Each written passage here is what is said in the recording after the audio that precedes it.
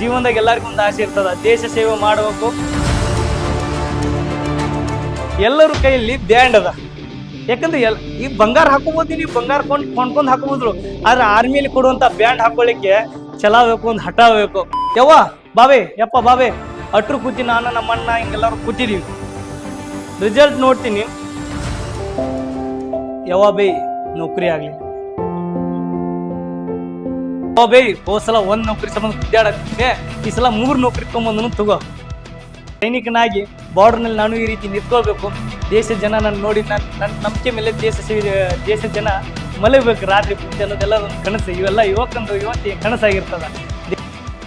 ಇದು ಸ್ಪರ್ಧಾತ್ಮಕ ಜಗತ್ತು. ಸ್ಪರ್ಧಾತ್ಮಕ ಜಗತ್ತು ಹೆಂಗದ ಅಂದ್ರ, ಸ್ಪರ್ಧಾತ್ಮಕ ಅನ್ನೋದು ಒಂದು ಸಮುದ್ರ ಇದ್ದಂಗೆ. ಆ ಸಮುದ್ರ ಒಳಗೆ ನೀವು ಇಳಿ ಅಂದ್ರ ಬರುವಂತ ಅಲೆಗಳನ್ನ ಮೆಟ್ಟಿ ದಡೆ ಕಡೆ ಹೋಗ್ಬೇಕು ಹೊರತು ಬರುವಂತ ಅಲೆಗಳ ಜೊತೆ ಸರಸ ಆಡ್ಬಾರ್ದು.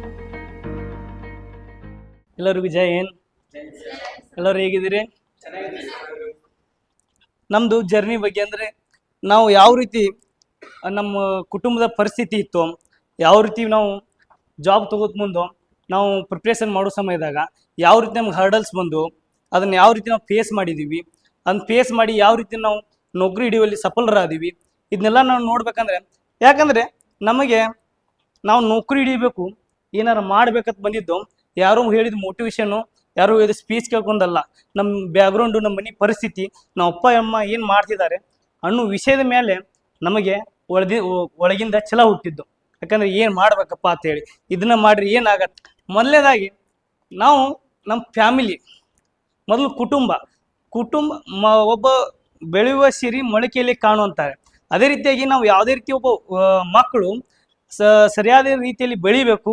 ಆಮೇಲೆ ಬೆಳೆದು ಒಂದು ಸಮಾಜದಲ್ಲಿ ಒಳ್ಳೆ ವ್ಯಕ್ತಿ ಆಗ್ಬೇಕಂದ್ರ ಪ್ರಮುಖ ಕಾರಣ ಯಾರಾಗ್ತಾರೆ ಅಂದ್ರೆ ತಂದೆ ತಾಯಿಗಳು ಕೊಡುವಂತ ಶಿಕ್ಷಣ, ರೀತಿ ನಿವಾಜು, ಅದ್ರ ಮೇಲೆ ಮಕ್ಕಳ ಬೆಳವಣಿಗೆ ಅವಲಂಬಿತವಾಗಿರ್ತದೆ.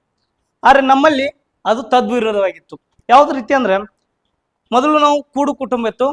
ನಮ್ಮ ಕಾಕ, ನಮ್ಮ ಅಪ್ಪ, ನಾವು ಎಲ್ಲರೂ ಕೂಡು ಕುಟುಂಬ ಇದ್ರು. ನಮ್ಮಪ್ಪ ಸಾರಾಯಿ ವ್ಯಸನಕಾರ. ಯಾವ ರೀತಿಯಿಂದ ಬರೀ ಕುಡಿಯೋದು, ಫ್ಯಾಮಿಲಿ ಇದನ್ನ ಮಾಡಬೇಕು ಅದು ಮಾಡ್ಬೇಕು ಅಂತ ತಲೆಯಲ್ಲಿ ಏನೂ ಇಲ್ಲ, ಬರೀ ಏನು ತನ್ನ ಚಟ ಆಯ್ತು ತಾಣ ಆಯ್ತು, ಈ ರೀತಿ ಇತ್ತು. ಅದರಲ್ಲಿ ಅವರು ನೋಡಿದ್ರು ನಮ್ಮ ಫ್ಯಾಮಿಲಿಯಲ್ಲಿ ನಮ್ಮ ಕಾಕಂದಿಲ್ಲ, ಅವರಿಗೆ ನಮ್ಮ ಕಾಕ ಮತ್ತು ನಮ್ಮ ಅಪ್ಪಂದ್ರ ನಡುವೆ ಭಿನ್ನಾಭಿಪ್ರಾಯಗಳು ಬಂದು ಬೇರೆ ಆಗೋ ಸಿಚುವೇಶನ್ ಬಂತು.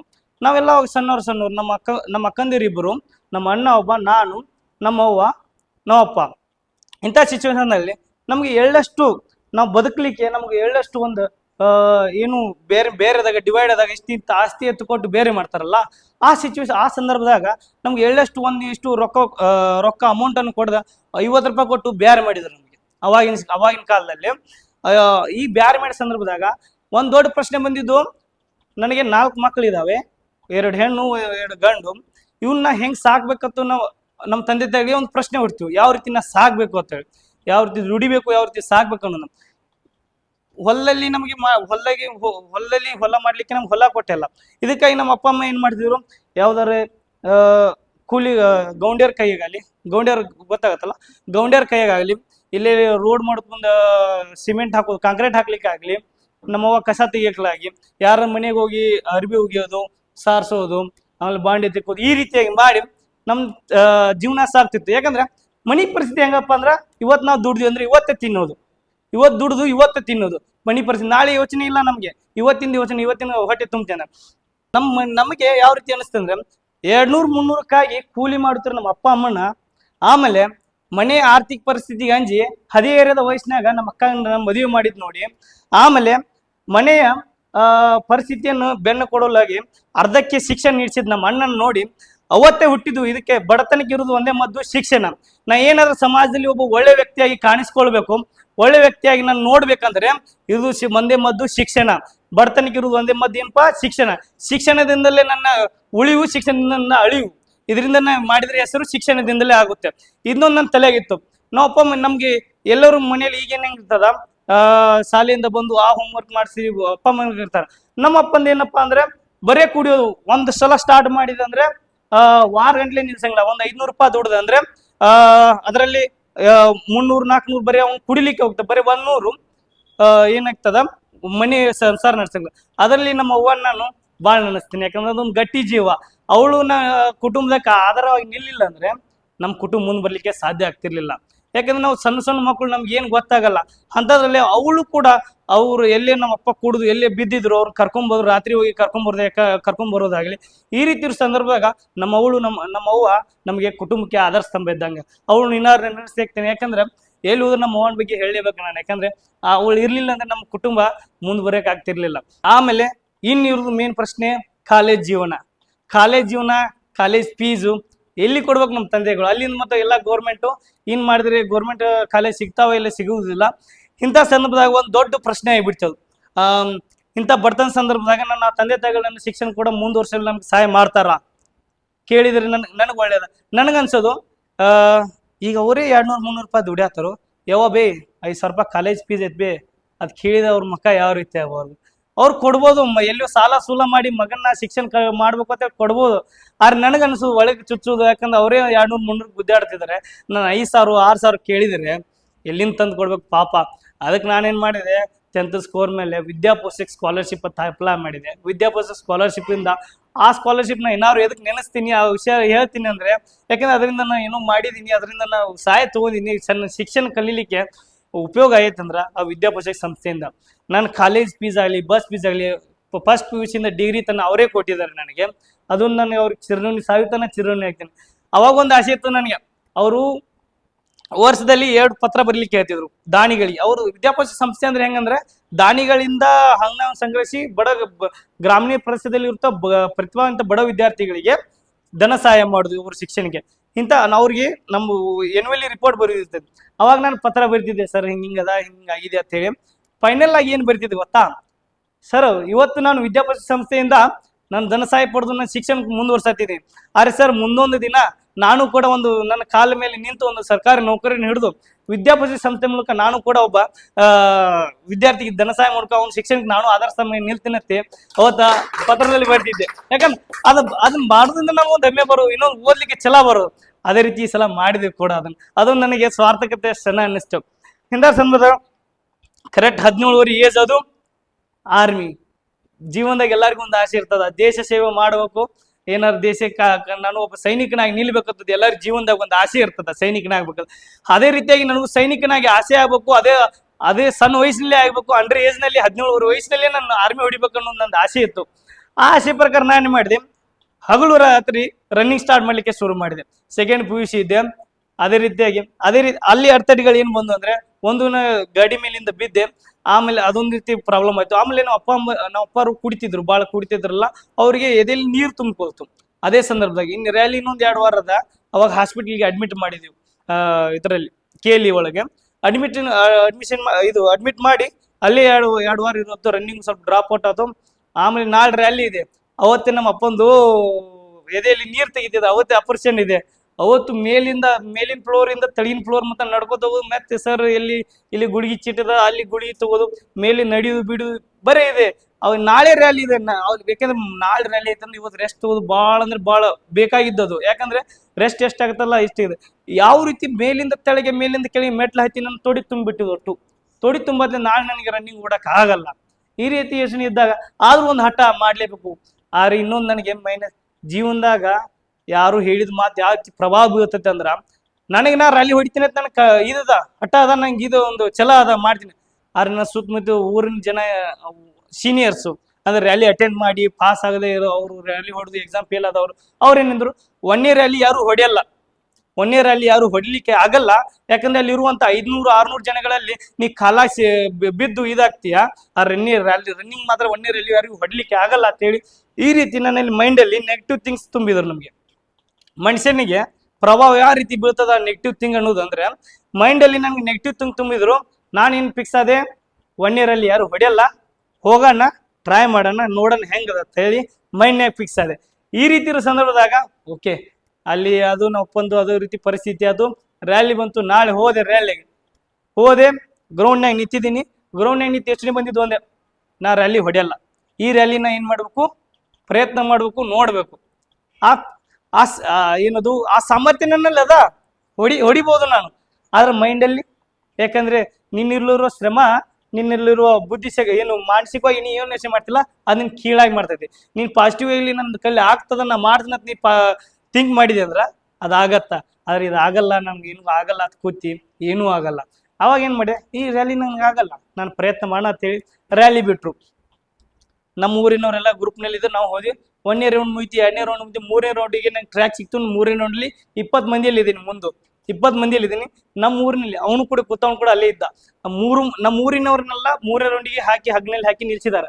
ಅವರೆಲ್ಲ ನಾನು ಒಬ್ಬ ಇದ್ದಿದ್ ನೋಡಿ, ನಿಂಗಪ್ಪ ಓಡು ನೀನು ಈ ಸಲ ಹೊಡಿತೀಯ, ನಿಂಗಪ್ಪ ಓಡು ನೀನು ಈ ಸಲ ಮಾಡ್ತೀಯ ಅಂತೇಳಿ ಅವ್ರು ಅಂದಕ್ಕನ ಅವ್ರು ಅನ್ನೋದು ನನಗೆ ಜೋಶ್ ತುಂಬ್ತೀವಿ. ನಾನು ಮಾಡ್ತೀನಪ್ಪ ಅಂತೇಳಿ ಹೋಗ್ತೀನಿ. 4ನೇ ರೌಂಡ್ ಸ್ಟಾರ್ಟ್ ಆಯ್ತು, ಓಡ್ಲಿಕ್ಕೆ ಸ್ಟಾರ್ಟ್ ಮಾಡಿದೆ. 1ನೇ ಹಾಳಿಕೆ ಮುಗಿತಿ, 2ನೇ ಹಾಳಿಕೆ ಮುಗಿತಿ, 3ನೇ ಹಾಳಿಕೆ ದಾಟಿ 4ನೇ ಹಾಳಿಕೆ ಇನ್ನೇನು ಹಗ್ಗದ ಮೈನಲ್ಲಿ ಏನು ಯೋಚನೆ ಬರಾಕತಿ, ಈ ರ್ಯಾಲಿ ಯಾವಾಗ ಬೀಳ್ತೀನಿ ಯಾವಾಗ ಮುಗಿಯತ್ತ, ಈ ರ್ಯಾಲಿ ನನಗೆ ಆಗಲ್ಲ. ಮೈಂಡ್ನಲ್ಲಿ ಯೋಚನೆ 10-12 ಮಂದಿ ಇದೀವಿ, ಮುಗೀತು ರ್ಯಾಲಿ ಮುಗೀತು, ಪಾಸ್ ಆಗ್ತೀನಿ. ಬಟ್ ಮೈಂಡ್ನಲ್ಲಿ ಏನು ಯೋಚನೆ ಬರ್ತದ, ಯಾವಾಗ ಬೀಳತ್ತನ್ನ, ಯಾವಾಗ ಬೀಳ್ತೀನಿ ಯಾವಾಗ ಮುಗಿಯತ್ತ, ಈ ರೀತಿ ಮೈಂಡ್ನಲ್ಲಿ ನೆಗೆಟಿವ್ ಯೋಚನೆ ಬರ್ತಿದಾವ. ಆ ನೆಗೆಟಿವ್ ಯೋಚನೆ ಬರೋದ್ರಿಂದ ಏನಾಗ್ತದ, ಮುಂದಿನ ನನಗೆ ಅವ್ನು ಸ್ಟೆಪ್ ಮಾಡಿ ಅವ್ನು ಬಿದ್ದುಬಿಟ್ಟ, ಅವನ ಮೇಲೆ ಕಾಲಿಟ್ಟು ನಾನು ಈ ರೀತಿ ಬಿದ್ದುಬಿಟ್ಟೆ, ಹೋತು. ನನ್ನ 10-12 ಜನ ಅವ್ರು ಕೂಡ ಪಾಸ್ ಇದ್ದ, ಆರಾಮ್ಸೆ ಎದ್ದು ಓಡಿದ್ರು ಪಾಸ್ ಆಗ್ತಿದ್ದೆ. ಆದ್ರೆ ಮೈಂಡ್ನಲ್ಲಿ ನೆಗೆಟಿವ್ ಥಾಟ್ಸ್ ಬಂದಿರೋದ್ರಿಂದ ನನಗೆ ಆ ರ್ಯಾಲಿ ಹೊಡ್ಲಿಕ್ಕೆ ಆಗಿಲ್ಲ. ರನ್ನಿಂಗ್ ಫೇಲ್ ಆದೆ. ಆರ್ಮಿ ರ್ಯಾಲಿ 2020ರಲ್ಲಿ Agniveer rally Belagavi running fail ಆದೆ. ಅಲ್ಲಿ ತನಕ ನನಗೇನು ಅನ್ಸಲ್ಲ, ಒಂಥರ ಹೆಮ್ಮೆ ಅನ್ಸಾಕತ್ತಿ, ನಾವು 1ನೇ ರ್ಯಾಲಿನ ಇಲ್ಲಿ ತನಕ ಹೋಗಿ ಬಂದೆಪ್ಪ ನಾನು ಅಂತೇಳಿ ಹೆಮ್ಮೆ ಅನ್ಸಾಕತ್ತಿ. ಅಲ್ಲಿ ತನಕ ನನಗೇನು ಅನ್ಸಲ್ಲ. ಬಸ್ನಲ್ಲಿ ಹೊಂಟಿದೀವಿ, ಎಲ್ಲರೂ ಬಸ್ ನಲ್ಲಿ ಹೊಂಟಿದೀವಿ, ಎಲ್ಲರೂ ಕೈಯಲ್ಲಿ ಬ್ಯಾಂಡ್ ಅದ. ಯಾಕಂದ್ರೆ ಈ ಬಂಗಾರ ಹಾಕೋಬಹುದು, ನೀವು ಬಂಗಾರ ಕೊಂಡ್ಕೊಂಡ್ ಹಾಕೋಬಹುದು.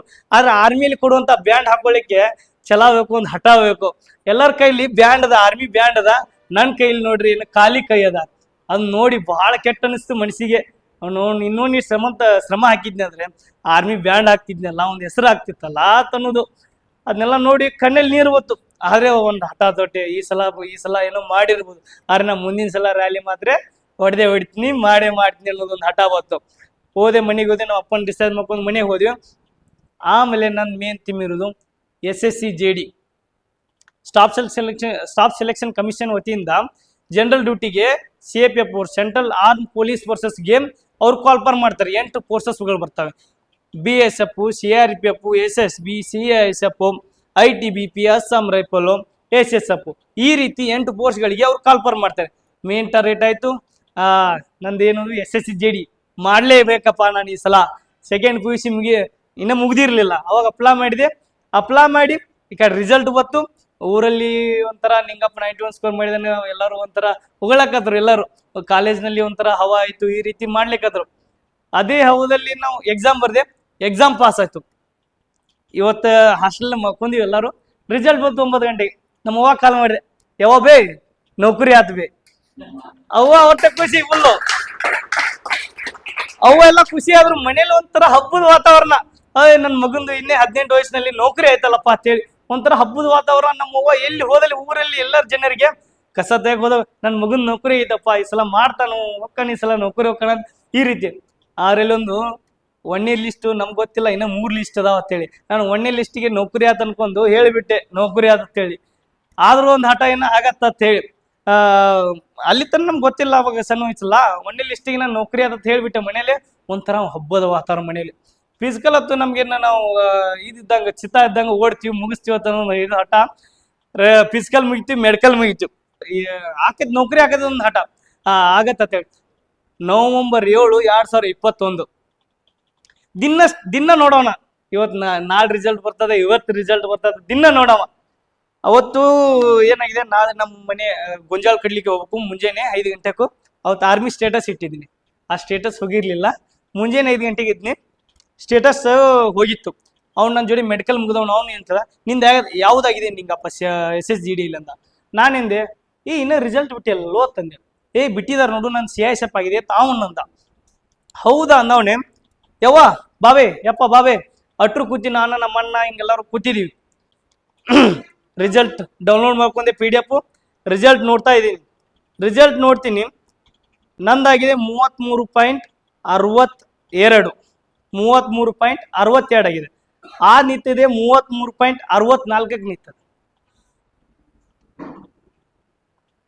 ಯಾವ ಬೈ ನೌಕರಿ ಆಗ್ಲಿಲ್ಲ ಅಂದ್ಕೂನ ಎಲ್ಲರೂ ಯಾಕಂದ್ರೆ ಒಂದು ಹಬ್ಬದ ವಾತಾವರಣ ಇತ್ತ ಮಗನ್ ನೌಕರಿ ಆಗಿದ್ದತ್ತೆ. ಆ ನೌಕರಿ ಆಗ್ಲಿಲ್ಲ ಅನ್ನೋದ್ಲಿ ನಮ್ಮ ಅವನ ಮಕ್ಕ ನೋಡ್ಲಿಕ್ಕೆ ಆಗ್ಲಿಲ್ಲ. ಒಂಥರ ಇದಾಗ್ಬಿಟ್ರು, ಇನ್ನು ಅಳ್ಲಿಕ್ಕೆ ಸ್ಟಾರ್ಟ್ ಮಾಡ್ಬಿಟ್ರು. ನಮ್ಮ ಅಪ್ಪರ ಮುಖ ನೋಡ್ಲಿಕ್ಕಾಗಲಿಲ್ಲ, ನಮ್ಮ ಅಣ್ಣರ ಮುಖ ನೋಡ್ಲಿಕ್ಕಾಗಿಲ್ಲ. ಯಾಕಂದ್ರೆ ಮಗ ನೌಕರಿ ಆಗೈತೆ, ನೌಕರಿ ಹೋಗ್ಕನು ಊರಲ್ಲೆಲ್ಲ ಹೇಳಿದ್ವಿ ಆಗತ್ತ ಅಂತ ಹೇಳಿ. ಆದ್ರೆ ಇಂಥ ಸಂದರ್ಭದಾಗ ಬಂದು ನೌಕರಿ ಆಗ್ಲಿಲ್ಲ ಅಂದು ತಲೆಯಲ್ಲಿ ಇದು ಎಲ್ಲರೂ ನೋಡಿ ನಾನಂದು ಯವ್ವ ನಮ್ಮ ಅವನ ಕೈಲಿ ಇಟ್ಟೆ, ಕೈ ಇಟ್ಟು, ಯವ್ವ ಈ ನವೆಂಬರ್ನಲ್ಲಿ ನನ್ನ ನೌಕರಿ ಆಗಿಲ್ಲ 2021ರಲ್ಲಿ, ನಿಂಗೆ ನವೆಂಬರ್ 2022 ನಿನ್ನ ಕೈಯಲ್ಲಿ ನಾನು ಜಾಯ್ನಿಂಗ್ ಲೆಟರ್ ಇಡ್ತೀನಿ, ಒಂದು ವರ್ಷ ನಿಂಗೆ ಜಾಯ್ನಿಂಗ್ ಲೆಟರ್ ಇಡ್ತೀನಿ, ನೌಕರಿ ಮಾಡ್ಕೊಂಡು ತೋರಿಸ್ತೀನಿ ಬಿ ನಿನಗೆ. ಈ ರೀತಿ ಒಂದು ಅವಳಿಗೆ ನಾನು ಭರವಸೆ ಕೊಟ್ಟೆ. ಅವಳಲ್ಲಿ ಎಷ್ಟೇ ನೋವು ಇದ್ರು, ಎಷ್ಟೇ ಕಷ್ಟ ಇದ್ರು ಅವಳು ಅಂತಿಲ್ಲ, ಮಗ ನೀ ಮಾಡ್ತೀಯ, ನಿಂದ ಕೈಲಿ ಆಗತ್ತ, ಏನು ನೀ ಇದು ಆಗಿದೆ ಅಂತ ನೀನು ಏನು ವರಿ ಮಾಡ್ಕೋಬೇಡ, ಆಗತ್ತ ಅಂತ ಹೇಳಿ ನನಗೊಂದು ಬೆನ್ನವಳಾಗಿ ಧೈರ್ಯ ತುಂಬಿಲ್ಲ ಅವಳು. ಅಂತ ಸಂದರ್ಭದಾಗ ಅವತ್ತೇ ಮುಂಜಾನೆ ರಿಸಲ್ಟ್ ಬಂದಿತ್ತು. ಸಂಜೆ ಮಾಡಿಂದ ರನ್ನಿಂಗ್ ಬಿಡ್ಲಿಕ್ಕೆ ಶುರು ಮಾಡಿದೆ. ಫಸ್ಟ್ ಅಗ್ನಿವೀರ್ ಕಾಲ್ಪಾರ್ ಮಾಡ್ರು, ಅಗ್ನಿವೀರ್ ರನ್ನಿಂಗ್ ಹೊಡ್ಲಿಕ್ಕೆ ಸ್ಟಾರ್ಟ್ ಮಾಡಿದೆ. ಈಗೇನ್ ಮಾಡಿದೀನಿ ನಾನು ತಪ್ಪು, ನಾನು ನೌಕರಿ ಆಗಿದ್ದೆ, ಇನ್ನು ಓದೋದ್ ಬಿಡ್ಬೇಕು, ಅಹಮನ್ನು ನಾನು ಕೆಡಿಸ್ತಿ. ಇನ್ನು ನಾ ಹೋದ್ ಸಲ ಮಾಡಿದ ತಪ್ಪು ಈ ಸಲ ಮಾಡಬಾರ್ದು ಅನ್ಕೊಂಡ್ ನಾನು ಏನ್ ಮಾಡಿದೆ, ಮರೆಯಾಗಿ ಬಿಡ್ಬೇಕು. ನಿಂಗಪ್ಪ ಎಲ್ಲಿದ್ದಾನು ಯಾರಿಗೂ ಗೊತ್ತಾಗಬಾರ್ದು. ಯಾವುದೇ ರೀತಿ ಒಂದು ವಾಟ್ಸಪ್ ಸ್ಟೇಟಸ್ ಆಗಲಿ ಏನೋ ಒಂದು ಪಡ್ಕೋಬೇಕಂದ್ರೆ ಏನಾರು ಒಂದು ತ್ಯಾಗ ಮಾಡ್ಲೇಬೇಕಲ್ಲ. ನಿಂಗಪ್ಪ ಮರಿ ಆಗಿಬಿಡ್ಬೇಕು, ಎರಡು ತಿಂಗಳು ಈ ರೀತಿ ಮರಿ ಆಗಿಬಿಡ್ಬೇಕು. ನಿಂಗಪ್ಪ ಎಲ್ಲಿದ್ದಾನ ಅಂತ ಯಾರಿಗೂ ಗೊತ್ತಾಗಬೇಕು, ಓನ್ಲಿ ಮಣ್ಣಿನವ್ರಿಗೆ ಗೊತ್ತಿರ್ಬೇಕು ನಿಂಗಪ್ಪ ಎಲ್ಲಿದ್ದಾನ ಅಂತ ಹೇಳಿ. ಆ ರೀತಿ ಮರಿ ಆಗಿಬಿಟ್ಟೆ. ಏನ್ ಮಾಡಿದೆ, ನಂದೇ ಒಂದೊಂದು ಪರಿಶ್ರಮ, ಒಂದು ಇದನ್ನ ಮಾಡಬೇಕು ಅನ್ನೋ ಡೆಡಿಕೇಶನ್ ಮೂಲಕ ಮಾಡ್ಲಿಕ್ಕೆ ಶುರು ಮಾಡಿದೆ. SSGD ಬರ್ದೆ. ಆದ್ರೆ ಆಗತ್ತನ್ನು ಕನ್ಫರ್ಮ್ ಅದ. ಬಟ್ ಹೋದ್ ಸಲ ಮಾಡಿದ ತಪ್ಪು ಈ ಸಲ ಮಾಡೋದು ಬೇಡ. ಯಾಕಂದ್ರೆ ಒಂದ್ ನೌಕರಿ ಆಗಿದೆ ತಳಿ ನನ್ನ ಅದ ಓದೋದು ನಿಲ್ಸಿದ್ದೆ. ಈ ಸಲ ಅದು ಮಾಡೋದು ಬೇಡ ಅಂತೇಳಿ ಓದ್ಲಿಕ್ಕೆ ಕಂಟಿನ್ಯೂ ಮಾಡಿದೆ. SSGD ಒಳ್ಳೆ ಸ್ಕೋರ್ ಆಯ್ತು. SSGD ಫಿಸಿಕಲ್ ಮೆಡಿಕಲ್ ಎಲ್ಲ ಮುಗಿತು. ಅದೇ ರೀತಿಯಾಗಿ ಅಗ್ನಿವೀರು, ಆರ್ಮಿ, ನೇವಿ ಎಕ್ಸಾಮ್ ಬರ್ದೆ. ಅದು ಕೂಡ ಎಕ್ಸಾಮ್ ಒಟ್ಟೆ ನಮ್ಮ ಊರಿಗೆ ಹೋದೆ. ನವೆಂಬರ್ ಬರ್ಲಿಕ್ಕೆ ಹೊತ್ತು ಯಾವ ಬೈ ಹೋದ್ ಸಲ ಒಂದ್ ನೌಕರಿ ಸಂಬಂಧ ಗುದ್ದಾಡತೀನಿ, ಈ ಸಲ 3 ನೌಕರಿ ತಗೊಂಬಂದನು ತಗೋ. ಅವಾಗ ನನ್ನಲ್ಲಿ ಆಯ್ಕೆಗಳಿದಿಲ್ಲ, ಹೋದ್ರೆ ಒಂದೇ ಹೋಗ್ಬೇಕಿತ್ತ. ಈ ಸಲ ನಂಗೆ ಆಯ್ಕೆಗಳಿದಾವ, ಹೇಳಬೇ ಯಾವ್ದಕ್ ಹೋಗ್ಲಿಲ್ಲ. ಈ ರೀತಿ ಯೋಚನೆ. ಹಿಂಗ ಹೋಗಿ ನಮ್ಮವಾಗೆ ಮಾಡಿದೆ, ಮಗ ನೀ ಅಂದಿದ್ದೆಲ್ಲ ಆ ರೀತಿ ಮಾಡಿದೆ. ನಮ್ಮ ಮನಿದನ್ನ ಮೇಲೆ ಎತ್ತಿದೆ. ಅದೇ ರೀತಿಯಾಗಿ SSGD ಆಯ್ತು, ಆರ್ಮಿ ಆಯ್ತು, ನೇವಿ 3 ನೌಕರಿ. ಅದು ಎಲ್ಲರಿಗೂ ಒಂದು ಆಸೆ ಇರ್ತದ, ನಾ ಭಾರತೀಯ ಸೇನೆ ಒಳಗೆ ಸೇವೆ ಮಾಡಬೇಕು, ದೇಶ ಸೇವೆ ಮಾಡ್ಬೇಕು ಅನ್ನೋದು. ಯಾಕಂದ್ರೆ ಎಲ್ಲರೂ ಒಂದು ಕನಸದು, ದೇಶ ಸೇವೆ ಸೈನಿಕನಾಗಿ ಬಾರ್ಡರ್ನಲ್ಲಿ ನಾನು ಈ ರೀತಿ ನಿಂತ್ಕೊಳ್ಬೇಕು, ದೇಶ ಜನ ನನ್ನ ನೋಡಿ ನನ್ನ ನಂಬಿಕೆ ಮೇಲೆ ದೇಶ ಜನ ಮಲಗಬೇಕು ರಾತ್ರಿ ಪೂರ್ತಿ ಅನ್ನೋದೆಲ್ಲ ಒಂದು ಕನಸು. ಇವೆಲ್ಲ ಯುವತಿ ಕನಸಾಗಿರ್ತದ, ದೇಶ ಸೇವೆ ಮಾಡ್ಬೇಕು ಅನ್ನೋದು. ಅಂತ ಸಂದರ್ಭದಾಗ ನಮ್ದು ಡ್ಯೂಟಿ ಮತ್ತೆ ನಮ್ಮ ಕರ್ತವ್ಯ ಯಾವ ರೀತಿ ಇರತ್ತಂದ್ರ, ಒಬ್ಬ ಸೈನಿಕನಾದವನಿಗೆ ಇಲ್ಲಿ ಯಾವುದೇ ರೀತಿ ಲಂಚ ಮೋಸ ಮಾಡೋದು ಗೊತ್ತಿರಲ್ಲ. ಯಾಕಂದ್ರೆ ಇಲ್ಲಿ ನಮ್ಗೊಂದೇ ಇರೋದು ದೇಶ ಸೇವೆ ಮಾಡಬೇಕು, ದೇಶದ ಜನರಿಗೆ ನಾವು ಭದ್ರತೆ ಕೊಡಬೇಕು. ಒಬ್ಬ ಸೈನಿಕನಾಗಿದ್ದೀನಿ ಅಂದ್ರೆ ನಾವು ಕರ್ತವ್ಯ ನಿಷ್ಠದಿಂದ ದೇಶವನ್ನು ಕಾಯ್ಬೇಕು ಅನ್ನೋದು ಒಂದು ತಲೆಯಲ್ಲಿರ್ತವೆ ಹೊತ್ತು ಯಾವುದೇ ರೀತಿಯಲ್ಲಿ ನಾನು ಲಂಚ ತಗೋಬೇಕು, ಯಾರಿಗೊಬ್ಬ ಮೋಸ ಮಾಡ್ಬೇಕು ಅನ್ನೋದು ಸೈನಿಕನ ತಲೆಯಲ್ಲಿ ಯಾವತ್ತೂ ಇರಲ್ಲ, ಯಾವತ್ತೂ ಆತ ಮಾಡೋದೇ ಇಲ್ಲ. ಸೈನಿಕನ ಡ್ಯೂಟಿ ಹೇಗಿರ್ತಂದ್ರೆ ಬಾರ್ಡರ್ನಲ್ಲಿ ಅದು ಸಿಯಾಚಿನ್ ಪ್ರದೇಶ, ಜಮ್ಮು ಕಾಶ್ಮೀರ ಪ್ರದೇಶಗಳಲ್ಲಿ ಮೈ ಕೂರುವಂತ ಏನು ಚಳಿಯಲ್ಲಿ ಇಲ್ಲಿ ಒಂದು ಬಟ್ಟೆ ಹಾಕೊಂಡು ಇದು ಮಾಡ್ತೀವಿ. ಅದರಲ್ಲಿ ಬಟ್ಟೆಗಳಲ್ಲಿ ಬಟ್ಟೆ ಮೇಲೆ ಇದೊಂದು ಬಟ್ಟೆ ಹಾಕೊಂಡಿದ್ವಿ, ಅದ್ರ ಮೇಲೆ ಒಂದು ಬಟ್ಟೆ ಮೇಲೆ ಬಟ್ಟೆ, ಪೂರ್ತಿ ಜಾಕೆಟ್ ಒಂದು ಬಟ್ಟೆನೇ ಒಂದು ಆಗ್ತದ, ಒಂದು 4-5 kg 5 kg ಆಗತ್ತ. ಬಟ್ಟೆ ಹಾಕೊಳ್ಳೋದು. ಯಾಕಂದ್ರೆ ಅದು ಬಟ್ಟೆ ಶೂಸು ಅದು ಇದೆಲ್ಲ ಹಾಕೊಂಡು ಅಷ್ಟೆಲ್ಲ ಮೈ ಮೇಲೆ ಭಾರ ಇದ್ರೇನು ನಮ್ಮ ದೇಶ ಸೇವೆ ಮಾಡ್ಲಿಕ್ಕೆ ನಾವ್ ಹೇಗೆ ಹಿಂಜರಿಯನ್ ಅಂತ ಹೇಳಿ ದೇಶದ ಸೈನಿಕರು ಇವತ್ತು ಛಲದಿಂದ ದೇಶವನ್ನು ಕಾಯ್ತಿದ್ದಾರೆ, ದೇಶದ ರಕ್ಷಣೆಗಾಗಿ ಗಡಿಯಲ್ಲಿ ನಿಂತಿದ್ದಾರೆ. ನಮ್ದು ಡ್ಯೂಟಿ ಹೇಗಿರುತ್ತಂದ್ರೆ SSB ಅನ್ನೋದು Sashastra Seema Bal Nepal Bhutan border guarding force. ನಮ್ದು ಸ್ಪೆಷಲ್ ಸರ್ವಿಸ್ ಬ್ಯೂರೋ ಅಂತಿತ್ತು. VIP ಸೆಕ್ಯೂರಿಟಿ ಆಗಲಿ ಬ್ಯೂರೋ ಇಂಟೆಲಿಜೆನ್ಸ್ ಆಗಿ ಕೆಲಸ ಮಾಡ್ತಿದ್ವಿ. 2004 ಅಂತ ನಮ್ಗೆ ಬಾರ್ಡರ್ ಕೊಟ್ಟರು, ನೇಪಾಳ ಮತ್ತು ಭೂತಾನ. ಈಗ ಬಾರ್ಡರ್ ಗಾರ್ಡಿಂಗ್ ಫೋರ್ಸ್ ಆಗಿ ಕೆಲಸ ಮಾಡ್ತೀವಿ. ಅದೇ ರೀತಿಯಾಗಿ ಇಂಟರ್ನಲ್ ಸೆಕ್ಯೂರಿಟಿ ಆಗಿ ಎಲೆಕ್ಷನ್ ಆಗಲಿ, ಆಮೇಲೆ ನಕ್ಸಲ್ ಏರಿಯಾಗಳಲ್ಲಿ ನಮ್ ಡ್ಯೂಟಿ ಇರತ್ತ. ನಕ್ಸಲ್ ಏರಿಯಾಗಳಲ್ಲಿ ನಮ್ದು ಫಸ್ಟ್ ಪೋಸ್ಟಿಂಗ್ ನಕ್ಸಲ್ ಏರಿಯಾದಲ್ಲ. ನಕ್ಸಲ್ ಏರಿಯಾ ಹಂಗಂದ್ರೆ ಇವತ್ತು ಹೋದ್ನಾ ಡ್ಯೂಟಿಗೆ ಆಪರೇಷನ್ ಇರ್ತದ, ಇವತ್ತು ಹೋದ್ನಾ ವಾಪಸ್ ಬರ್ತೀನಿ ಇಲ್ಲೋ ಗೊತ್ತಿಲ್ಲ. ಯಾಕಂದ್ರೆ ನಕ್ಸಲ್ ವಿರುದ್ಧ ನಾವು ನೇರ ನೂರಿ ಹೊಂಟಿದೀವಿ. ಅವ್ನು ಇಲ್ಲಿದ್ದಾನೆ, ಇವ್ನ ಹೊಡಿಬೇಕು ನಾನು ಇವತ್ತು. ಅದಕ್ಕೆ ನೀರು ಹೊಂಟಿದ್ದೇವೆ, ಇವತ್ತು ಬರ್ತೀವಿ ನನ್ಗೆ ಗೊತ್ತಾಗಲ್ಲ. ಅದಕ್ಕೆ ಆದ್ರೂ ಅಂಜಿಕಿಲ್ಲ, ಯಾಕಂದ್ರೆ ಮಾಡ್ಬೇಕು. ನಾ ಇನ್ನು ಸೈನಿಕ, ನಾನು ಯಾವ್ದಕ್ಕೆ ಹೆದರಿಕೆ ಇಲ್ಲ ನನಗೆ. ಸೈನಿಕನಾಗಿದ್ದ ನಂದು ಯಾವುದೇ ಹೆದರಿಕೆ ಇಲ್ಲ. ನಾನು ಮಾಡ್ತೀನಿ, ನಾನ್ ಸತ್ರೇನ ನಮ್ಮ ದೇಶಕ್ಕೆ ಒಳ್ಳೇದಾಗ್ತದೆ ಅನ್ನೋದ್ರಿಂದ ದೃಷ್ಟಿಯಿಂದ ನಾವು ಡ್ಯೂಟಿ ಮಾಡ್ತೀವಿ. ಡ್ಯೂಟಿ, ಆಮೇಲೆ ಫ್ಯಾಮಿಲಿ ಕ್ವಾರ್ಟರ್ಸ್ ಆಗಲಿ, ಯಾವ ರೀತಿ ನಮ್ಮ ಕ್ಯಾಂಟೀನ್ಸ್ ಸರ್ಕಾರದಿಂದ ಅದೇ ರೀತಿ ಕೊಡ್ತಾರೆ. ನಂಗೆ ಎಲ್ಲದಕ್ಕಿಂತ ಒಳ್ಳೆ ಇದು ಸರಿ ಅನ್ಸೋದು, ಚಂದ ಅನ್ಸೋದು, ಸೈನಿಕರು ರಜೆಗೆ ಬಂದಾಗ ಅವರು ಊರಿನಲ್ಲಿರೋ ಜನ, ನಾಡಿನಲ್ಲಿರೋ ಜನ ಅವ್ರಿಗೆ ಕೊಡು ಮರ್ಯಾದೆ. ಯಾಕಂದ್ರೆ ಯಾವುದೇ ಒಂದು ಪ್ರೊಫೆಷನಲ್ ಮಾಡ್ರಿ, ನೀವು ಯಾವುದೇ ಒಂದು ಹುದ್ದೆಯಲ್ಲಿ ಇರಿ, ಪೊಲೀಸು, ಟೀಚರು, ಎಲ್ಲ ಹುದ್ದೆಗಳಿಗೆ ಅದಕ್ಕಾದ ಒಂದು ವ್ಯಾಲ್ಯೂ ಇಲ್ಲ ಅನ್ನಲ್ಲ. ಬಟ್ ಸೈನಿಕರು ಕೊಡುವಂತ ವ್ಯಾಲ್ಯೂ ಎಲ್ಲಿ ಯಾವುದಕ್ಕೂ ಕೊಡಲ್ಲ. ಯಾಕಂದ್ರೆ ಅವ್ರಿಗೊಂದು ಮಹತ್ವ, ಗೌರವ ಕೊಡ್ತಾರಲ್ಲ, ನಮಗೂ ಒಂದು ಖುಷಿ ಆಗತ್ತೆ. ಅದನ್ನ ನೋಡಿ ದೇಶದಾಗ ಗಡಿ ಕಾಯ್ಲಿಕ್ಕೆ ಒಂದು ಪ್ರೇರಣೆ ಕೊಡ್ತದೆ. ದೇಶದ ಗಡಿಯಲ್ಲಿ ನಿಂತು ದೇಶಕ್ಕೆ ಗಡಿ ಕಾಣ್ಲಿಕ್ಕೆ. ಇದು ಸ್ಪರ್ಧಾತ್ಮಕ ಜಗತ್ತು. ಸ್ಪರ್ಧಾತ್ಮಕ ಜಗತ್ತು ಹೆಂಗದ ಅಂದ್ರ, ಸ್ಪರ್ಧಾತ್ಮಕ ಅನ್ನೋದು ಒಂದು ಸಮುದ್ರ ಇದ್ದಂಗ. ಆ ಸಮುದ್ರ ಒಳಗೆ ನೀವು ಇಳಿ ಅಂದ್ರ ಬರುವಂತ ಅಲೆಗಳನ್ನ ಮೆಟ್ಟಿ ದಡೆ ಕಡೆ ಹೋಗ್ಬೇಕು ಹೊರತು ಬರುವಂತ ಅಲೆಗಳ ಜೊತೆ ಸರ್ಸ ಆಡಬಾರ್ದು. ಹೌದಲ್ರಾಣಿ? ಬರುವಂತ ಅಲೆಗಳ ಜೊತೆ ಸರ್ಸಾಗಿಡು. ಸಮುದ್ರಕ್ಕೆ ಇಳಿದಿ ಅಂದ್ರೆ ಅಲ್ಲಿ ನಾವಿಕ ನೀನೇ, ಚಾಲಕನು ನೀನೆ. ದಂಡಿ ಹತ್ಬೇಕಂದ್ರೆ ಅದಕ್ಕಾಗಿ ಇಲ್ಲಿ ಯಾರು ಯಾರಿಗೆ ಆಗಲ್ಲ. ನಮಗ್ ನಾವೇ ಆಗ್ಬೇಕು, ನಮಗ್ ನಾವೇ ಪ್ರೇರಣೆ ತಗೋಬೇಕು, ನಮಗ್ ನಾವೇ ಓದ್ಬೇಕು. ನಮ್ದು ತಂದೆ ತಾಯಿಗಳು ಏನ್ ಮಾಡ್ತಿದಾರ, ಏನ್ ಮಾಡ್ಬೇಕು ಅಂದ್ರೆ ಯಾವ್ದಾರ ಒಂದು ಸ್ಟೇಜ್ ಮೇಲೆ ನಮ್ಮ ತಂದೆ ತಾಯಿಗಳನ್ನ ಸನ್ಮಾನ ಮಾಡಿಸ್ಬೇಕು. ಅದೆಲ್ಲ ತಲೆಯಲ್ಲಿ ಇಟ್ಕೊಂಡು, ಈಗ ಹೆಂಗಿರ್ತದ ಅಂದ್ರೆ, ನೀ ಇಲ್ಲಿ ಬಂದಿತ್ತೆ ಅನ್ನೋ ಸ್ಪರ್ಧಾತ್ಮಕ ಒಳಗ ಬರುವಂತ ಅಲೆಗಳು ಅಲೆ ಬಲೆಗಳಂದ್ರೆ ಹೆಂಗಂದ್ರೆ, ಪ್ರೀತಿ ಪ್ರೇಮ ಇದ್ರಲ್ಲಿ ಬೀಳ್ಬಾರ್ದು. ಕಾಂಪಿಟೇಟಿವ್ ಓದಾತೀವಿ ಅಂದ್ರೆ ಬರುವಂತ ಅಲೆಗಳನ್ನ ಮೆಟ್ಟಿ ನಿಂತು ಯಾವುದೇ ಬಲೆಗಳಿಗೆ ಸಿಲುಕದೆ ಮೆಟ್ಟಿ ನಡಿ, ನೆಲೆ ನಿಂದಾಗಿತ್ತು, ಗೆಲುವು ನಿಂದಾಗಿತ್ತು, ಸಮಾಜ ಎತ್ತಿ ನಿನ್ನ ನೋಡಿತ್ತು ಅಂತಾರಲ್ಲ. ಎಲ್ಲರೂ ಇನ್ನೂ ತನ ಇದನ್ನ ಎಲ್ಲ ಪೇಸಸ್ ಇದ್ರೆ ಕೂತಿದ್ರಿ, ನಿಮ್ಗೆ ಟ್ಯಾಂಕ್ಸ್ ಹೇಳ್ತೀನಿ. ಇದನ್ನ ಕರೆಸಿ ಸ್ಕಿಲ್ ಮುಟ್ಟಿದವ್ರಿಗೆ ಒಳ್ಳೇದಾಗ್ಲಿ. ಈಗ ಹೇಳ್ತೀನಿ.